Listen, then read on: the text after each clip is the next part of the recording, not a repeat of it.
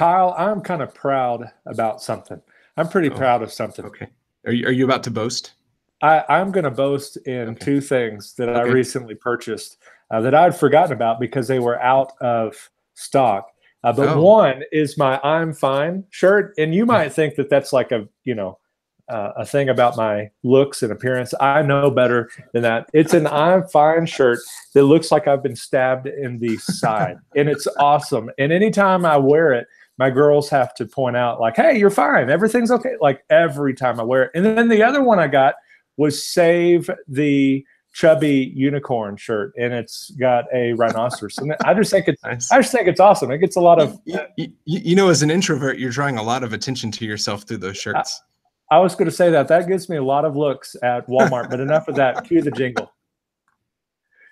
Choo-choo, you know what time it is. It's time for another train wreck. Now that we have blown your eardrums, we welcome you to Not Another Baptist Podcast, a podcast exploring church revitalization, church planting, and other Southern Baptist goodies for your ear holes. I'm Matt Hensley, pastor of Mayhill Baptist in, Mayhill, New Mexico. And I'm Kyle Bierman, pastor of First Baptist Church in Alamogordo, New Mexico. Matt and I are both pastoring fantastic churches in southern New Mexico, wading through the waters of church revitalization and trying not to drown. And we really are wading. It's monsoon season, man. There is rain. We have water in the desert.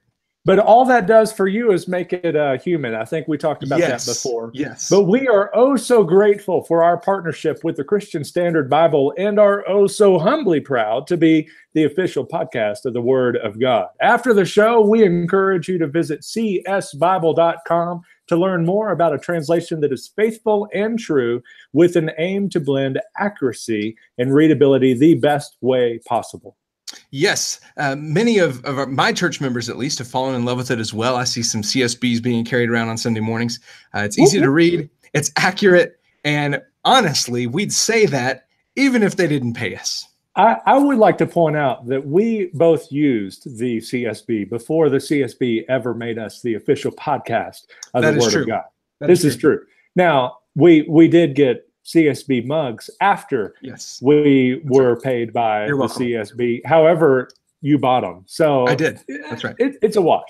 Right. Kyle, I hate to say this, but we've had a few episodes now at this point about summer stuff. We looked at Vacation Bible School and budgets and bottoms. My mom chewed me out, by the way, for saying butt on that podcast and for saying nasty. Nevertheless, we talked a little bit about the summer stuff. And I realize at this point, summer's over, man. Not in the desert. Summer is still going full blast. Well, the summer break. Okay.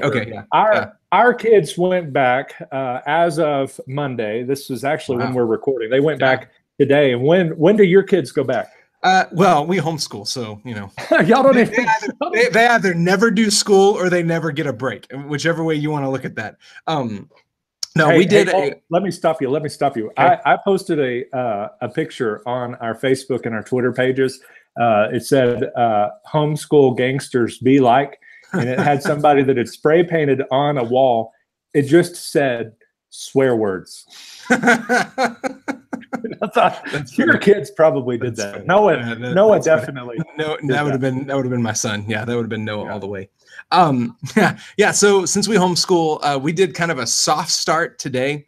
My wife did a little bit with them, and so we'll pick up kind of as the week goes on. But like I said, we homeschool, so we can kind of tell them to start whenever, and they don't really have a choice. That's true. Yeah. So let's talk, man. You had kind of an eventful week last week, and and apparently, from what I heard, some of your members thought that the Hensleys had packed up and moved to the Baptist Mecca of Nashville. So dude, tell us. Literally overnight. I had just had like a deacons meeting the night before, and suddenly we find ourselves in Nashville, apparently, which let me just put that rumor to rest. There are a few things in Nashville that I don't know that I want any part of. And one of those, the most important there, is traffic. And I've seen the picture. I'm glad you didn't say Jonathan Howe. No. I like Jonathan a little bit, but and I like Patrick a whole lot. But no, thank you on the traffic. But yeah, to back up a little bit, I was named the managing editor of Lifeway Pastors, now under its new home at factsandtrends.net. And I'm stoked about it. I'm going to be writing a couple of articles every month. I'll be editing the different articles that come in. Of course, I'll run the social media stuff. And speaking of social media, that is what caused the problem with Nashville, man. Because the little sidebar on Facebook where you put, Kyle is a pastor of First Baptist Church, Alamogordo, and all that. Now, mine has a whole laundry list of things that I've done.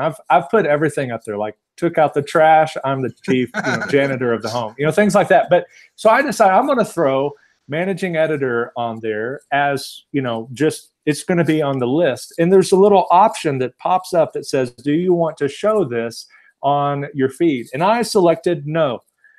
And everything is good all day. All day, I've got the post out. I had a video out. Everything's great. And I have Dennis show up at our house. He was going to stay in our mission home with his family. They had a little weekend getaway in the middle of the week. So I guess it Dennis was Garcia, friend of the pod, friend of the podcast. Friend of the pod, two-time That's right. guest on the pod, by the way. Probably our lowest listened to episodes. But anyway, Dennis is here, and I've got my phone in my pocket.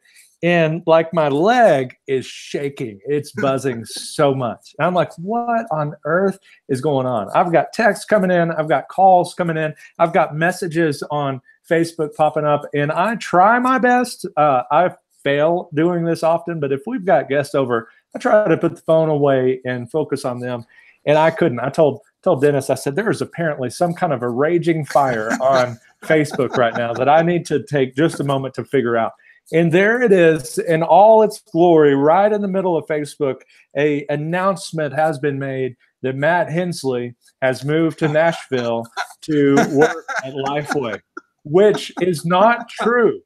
That's awesome. Yes, working for Lifeway. No, it's quite a commute to Hill, New Mexico every day, man. Very big commute every single day. I'm going to drive all the way there and drive all the way back and do it again every morning. It's just not possible. And we didn't do it, and we certainly wouldn't have done it without, some build-up or something. And so I had to go through and just answer question after question after question, like, wait, you moved, or when did you do this? It was all this kind of stuff, and all of this all day was so great. And then this just this blew up on me. And of course, I sent a message to Jonathan. I said, everything was great today until about 5 o'clock when Facebook decided to make this a newsworthy event for my people. And he comes in with, I'm so glad you're in Nashville. Well played, Jonathan. That's amazing. So I deleted that before Rick Patrick could say the sinner's prayer, but I got that off and I sent him a message. I'm like, stop, please stop, help me out here.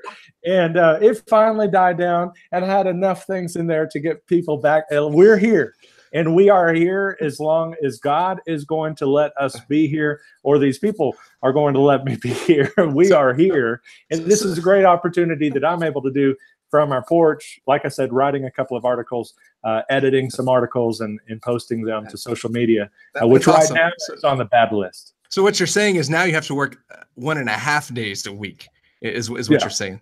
Okay. Pretty much. And maybe not even that. I mean, we have 2 services because we're actually a true Baptist church that loves Jesus and has a Sunday night service. So I only have an hour that I work on Sunday because, of course, you're not going to count the worship time itself or walking through Sunday school visiting. It only matters when you're preaching. And there was no time, obviously, taken to study and all of that, which, well, never mind. I'm not going to talk about that other church. I won't talk about that other church that wants a pastor that will just read something word for word or whatever.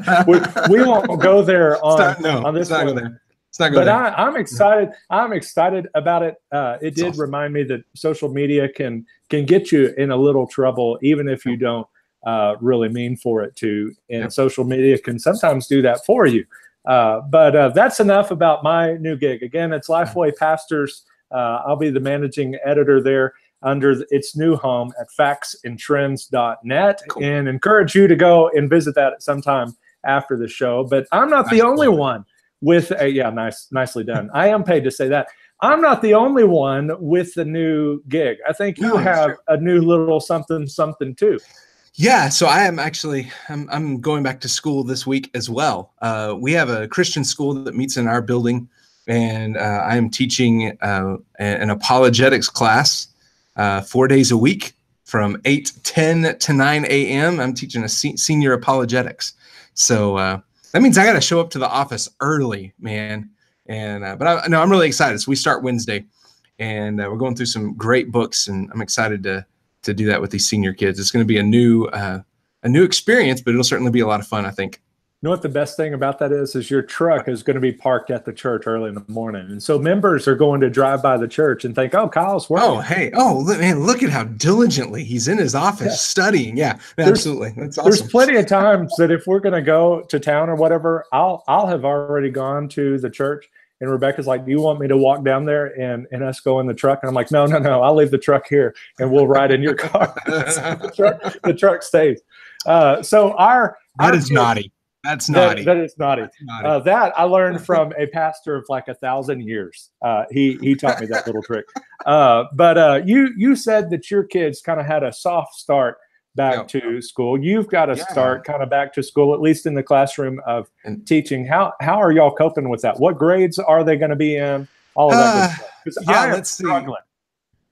Yeah, so our kids are in 4th and 5th grade. Which means we have one more year until we officially hit middle school. And so I'm going to be leaning on you for wisdom, because you have a middle schooler right now, right? Like as of today, the Hensleys have a middle schooler. How are you coping with that? Oh, okay. Can you not bring that up right now? It's a trigger warning. Okay, sorry. I was doing okay until, today, Cadence gets up and she said, guess what, Daddy? I'm like, what? I'm a middle schooler. And I was like, no, not yet. Not until you get on the bus.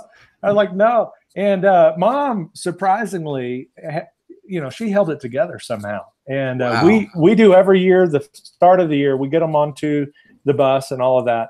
And then Rebecca and I go and have breakfast. And that was usually the point that Rebecca just starts falling all over herself, crying. Today, she was just playing Best Fiends on her phone like she was doing at the SBC annual meeting. So it worked out. And so that's how we're kind of struggling through. But we try to make the most of it. Every night when we start a school year, we begin another series through the Gospel Story Bible, which is an excellent resource. It's kind of the bridge in between, maybe the Jesus Storybook Bible and just grabbing the, regular Bible or whatever. It walks you through the grand narrative of Scripture, kind of pulling out Jesus, pulling out all of that from the beginning all the way to the end. And so we started that again, prayed, and put them into bed the last night as 5th grader, 4th grader, 2nd grader, and 1st grader. And then they woke up as 2nd grader, 3rd grader, 5th grader, and that other one. Wow. And so yeah, what's happening at Alamo? Because I don't want to talk about that anymore. It might make me cry on air. What's happening in Alamo? Oh man, we're gearing up for our fall. We have a back to school bash coming up here in the next couple of weeks that we're planning for. But we had an interesting summer. Got back from the SBC in June, and then our church had been walking through kind of an opportunity that we'd been presented to potentially go through with a facility swap with another church in town, and spent several months praying through and researching what that would look like, and ultimately in a business meeting we decided that was not the direction we were going to go, and just some of these issues that come up with in church revitalization that maybe a growing, thriving, strong church doesn't have to deal with. Like, you don't have to deal with. In our case, we have a whole lot of debt that's been hanging over us for the last 10 years or so, and so we've been asking the questions. What are the best ways to take care of that debt, and really exploring all possibilities in that. And so even though that didn't pan out maybe the way that we thought it would, still just trusting in the Lord and that He's leading us. And then right after that, we had a very generous donor who provided some money to fix our air conditioner that we have not had in our sanctuary for the last 3 years. So, I mean, we're hopefully in the next couple of weeks that'll finally get fixed, which will be a good thing for us. And next thing is fixing a roof that leaks here in our office suite. So, man, just a wild summer for us, really. How about you guys? What was summer like up in Mayhill? So summer was great, and we've talked a little bit about the ebb and flow in terms of numbers that we've had, because we've had some of our highest attended worship services this summer, and we've had some of our lowest, and they came like back to back, and it's hard to fathom for me, and it just comes with the territory. But we've done really well during the summer. However, we had both a joyful Sunday yesterday, and we also kind of had a heavy at the same time, because on the one hand, we had a church member that had lost just about everything, actually down in Alamo, when her home went up in flames, and so we were having a benefit for her after the service, and chili cook-off, and I lit some people up. I had some ghost pepper in it. I had every hot sauce you could imagine, but it actually tasted good. Everybody said, insanely hot, but it still tasted really good. But they tasted mine like the second or third chili that they had. And so the rest of them, they couldn't taste anything. Their taste buds were seared, and they had no sense of taste left. and so we raised over $5,000 that Sunday alone. And then that couples with, I think, $2,500 that we done at an ice cream social. And so a good bit of money has come in. So that's the joyful side. But we also got word that morning that we had a church member whose future daughter-in-law had fallen on an ATV accident 80 feet, 80 feet off a cliff, and was paralyzed, waist down. Survived, but is paralyzed. And then her granddaughter was going back to get help and hit a rut in her ATV. Obviously was driving fast, had to. And flipped, and gratefully is just fine. I mean, she's got a broken nose and some bruises and all that kind of stuff. And so it's just a lot of that heaviness. And so it seemed like all when my personal world was just kind of going, it was great, 90 miles per hour. We're going back and getting school supplies. We've got the Lifeway pastor deal. We've got all of that kind of stuff. The church, we had both good and bad all coming together in one Sunday. And it was just a wild day and a wild kind of finish to the the summer, which kind of lends us to kicking off fall. You mentioned y'all have a back to school bash. We mentioned that as an opportunity. What's that going to look like for you guys? Yeah, so we're going to a local park. We've rented some bounce houses. We're going to have some water balloons. We're going to grill hot dogs, and then we're collecting school supplies right now. And even though we're doing ours the Sunday night after school starts. We're going to have some free school supplies to give out, because, things like pencils and notebooks. And I remember as a kid, I could never have enough of those, because I would always lose them, or pencils would break or whatever. So, we're really pushing to do that as a follow-up to our VBS, really making an effort to invite the families that were a part of our VBS, as well as some other folks that we interact with throughout the year through our fall festival, maybe some that we interact with during Easter in the park. And really, Mark Clifton will talk about block parties and events not being put on in order to get people in the doors of your church. In other words, we don't have this expectation that people are going to come jump in a bounce house for 2 hours and think, hey, I should go to church at First Baptist Church. That's not the point. And I think if you go into events like that with that expectation, you're probably going to be disappointed. Your hot dogs will not be that good that will want someone to come to church. But it's an opportunity to get our church members into the lives of the people in our community, and to begin building some relationships, having some conversations, and getting some information that we can then follow up with as well through maybe something like our fall festival, which will happen around October, and look at some families that we've already touched through VBS, and again follow up with that as well. So this is the first time in a long time that we've done anything like that, a back to school bash. So it'll be really interesting to see what happens. And I'm hoping it doesn't rain, and that it's not 105 on those two Sundays. So those are my two prayers. I don't know that you can have both of those though. Yeah, I know. Maybe just one or the other. So like, hey, I mean, we're gonna have water balloons. So if it's just not 105, or if it's not raining, maybe we can deal with 105 as long as. Or maybe just some decent cloud cover. Yeah, like that might be okay. There you go. A light sprinkle would be okay. Yeah. And so how about you guys? Do y'all have any like end of summer plans? We don't. What we, we've tossed around a back to school bash, particularly for the older kids. We don't have a whole lot of them, and so that's something we're working on. What we're working through right now are really two things as we end the summer and kick off the fall is really deciding the best time to do Promotion Sunday and really making a decent deal about it.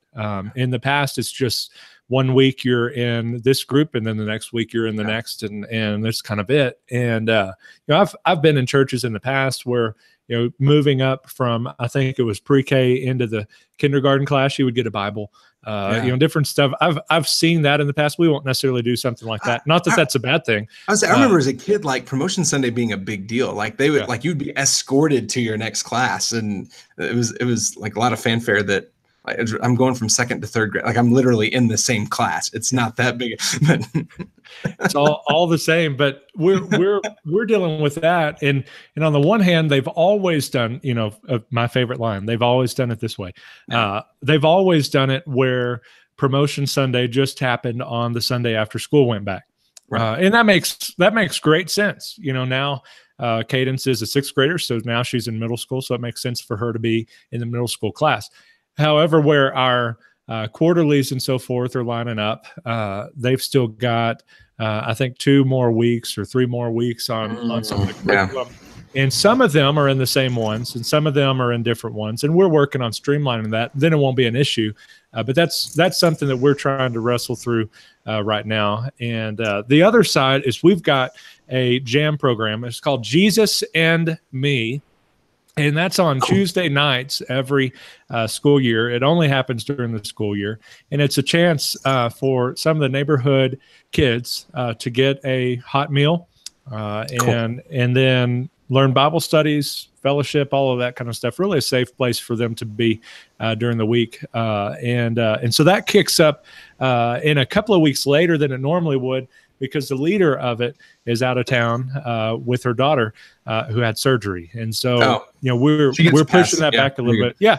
And so it might make perfect sense for us to kick all of that stuff off at the exact same time, just to make a big, since we may not do an actual event, that gives us a chance to kind of throw something together all at once, and it be, because all of that is happening at once, it's kind of the event itself, if that makes sense. Yeah. Cool. Good deal. Yeah. And I love, the fact that, I mean, we're close by, but as we've talked before, we're in really, really different contexts. I mean, there's not places, there are places in New Mexico more rural than you are, but there's not a lot of them. And we're in at least by New Mexico standards, a decent size city. And so it's just interesting to see the kind of the different ways that we approach events and stuff like that. So and with monsoon season, I still can't fathom how different the climate can be. I know and have gotten used to the fact that I will bake and die in Alamogordo and then come back up here and it might be 60 or 70 degrees. I've gotten used to that part. What I can't fathom is that here at mile marker 34 or 35, whatever we are, that we can be bright, sunshiny, and then I can drive 5 miles and be in a hailstorm. Yep. And then I can drive another 5 miles and it's bright and sunshiny.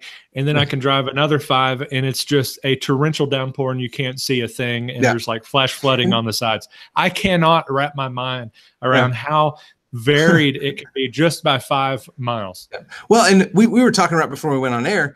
I mean, I sat out last night reading on our back porch till about 10:30 and I was sweating. I mean, it was still hot. And I know you said you guys about froze this morning taking your girls to the bus stop. And I mean, it's just, it's wild that I don't even think we're 40 miles apart, but we live in different worlds. If we're putting, that's definitely true. If we're putting a nice bow on the summer and kicking off the fall, what would be the last thing you would leave for the pastors and ministry leaders that are listening to this podcast? The last thing, don't get discouraged after summer. As we've talked, we've had some really good Sundays. For us, those happened in June. July was really low. In fact, we had our lowest Sundays of the year in July. And so I would simply say, look, don't get discouraged if your numbers weren't what you hoped they would be in the summertime. Keep pushing. Folks will get back into routines. They'll come back to school, and I think, at least in our context, they will show back up once kind of their routines get back. But even so, man, keep preaching the word. Keep loving on people. Church revitalization is hard, and it's going to take longer than you thought. So, how about you, Hensley? I'm doing good. Can you say all of that one more time? Oh, yeah. Did you lose me? Yeah. Okay. Don't get discouraged in summer. In June, we had our highest attendance of the year. In July, we had our lowest attendance of the year. And so, as a pastor in church revitalization setting, it would be really easy to lose heart and say, man, things are falling apart. They're not going the way that they're supposed to. But that's just not the case. Keep preaching the word, keep loving on your people, and God will bless those efforts. Church revitalization, Matt, I know you hate this. It is a marathon. It's not a sprint. It's a marathon. Keep pushing, and God will bless. So how about you?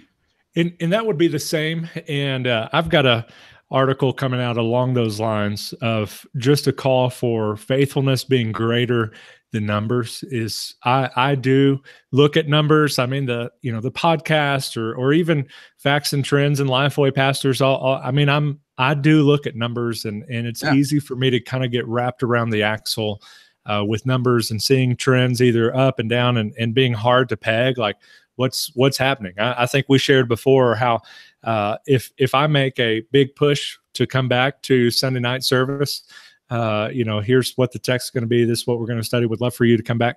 We don't have anybody come, it seems like. And then when I don't say anything, like, we've got a, full section. We don't ever have a full house. So I'm like, and then if I don't say anything at all over time, like, we didn't know what was going on, so all of that, it's easy for me to kind of get, discouraged, like you said, about the numbers. And what I wrote was, I found that happening when I would go out into the parking lot and I would look out and I would see a ton of cars and be like, man, today's going to be a great day. Yeah. And then I'd go out maybe the next week and I'd look out and I'd see more spaces than there were cars. And I was like, man, today's going to stink. Yeah. And that is what I'm thinking through right before I'm about to go in there and preach. And so I got all kinds of convicted on that. And I started remembering that I was more focused at times on who wasn't there than who was there. And so I've tried to make that shift. Obviously, we want to reach out. We want to grow, all of that kind of stuff. And like I wrote in the article, you can pray for them and worry about that Monday through Saturday.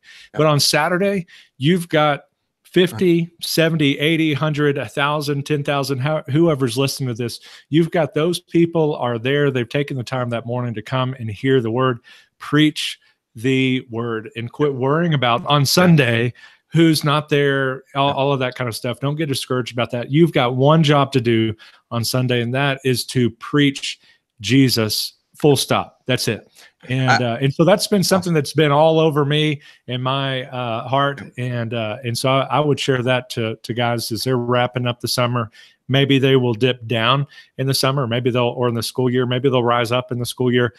Don't get bent around the axle about all of that. Focus on faithfulness. One of the most helpful things that I came to realize, and it took me a long time to realize it, but I finally understood, oftentimes there is no rhyme or reason why you'll have a high attendance Sunday followed by a low attendance Sunday. And I would rack my brain, go, man, why? Like, what did I say last week that drove people away? And it finally hit me. There is no reason. It's just life. You have folks that show up. You have other folks that don't. Hey, I look forward to reading that article at factsandtrends.net. Hey, nice. You don't get paid for that plug, but I appreciate it a whole lot. Before I give the outro, I want to tell you one last thing that will hopefully encourage you and encourage the listeners here. That we went to our little breakfast this morning, and I had this lovely old gentleman lean over near us. He was at the table next to us. He kind of leaned over. He said, "Brother, you're the pastor of Mayhill, right?" I said, "Yeah." He said, "I go there in the summer." And he said, "I enjoyed your sermon yesterday. Some of them I don't enjoy, but I liked that one." And I've got a buddy that replied. I posted that. I got a buddy that replied, "You should have told him I understand. It's the same way I feel about church members." That's great. That's great. So with that note, or on that note, it's about time for me to go pick up my 6th grader from the bus stop and all the others, but that one kind of stings to stay. We are grateful that you took the time to listen today, especially after the debacle with the canned hamburger a week or so ago.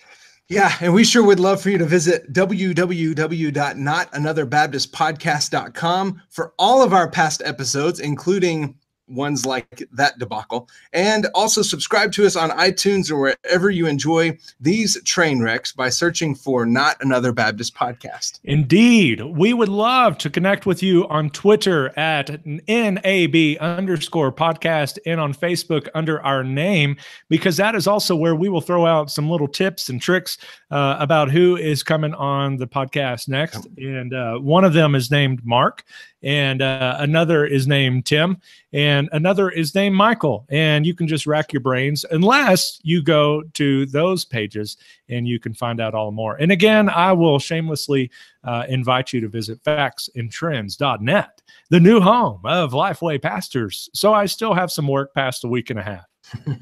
Yeah, do it. And until next time, may your coffee be as black as night and as bold as the gospel you declare.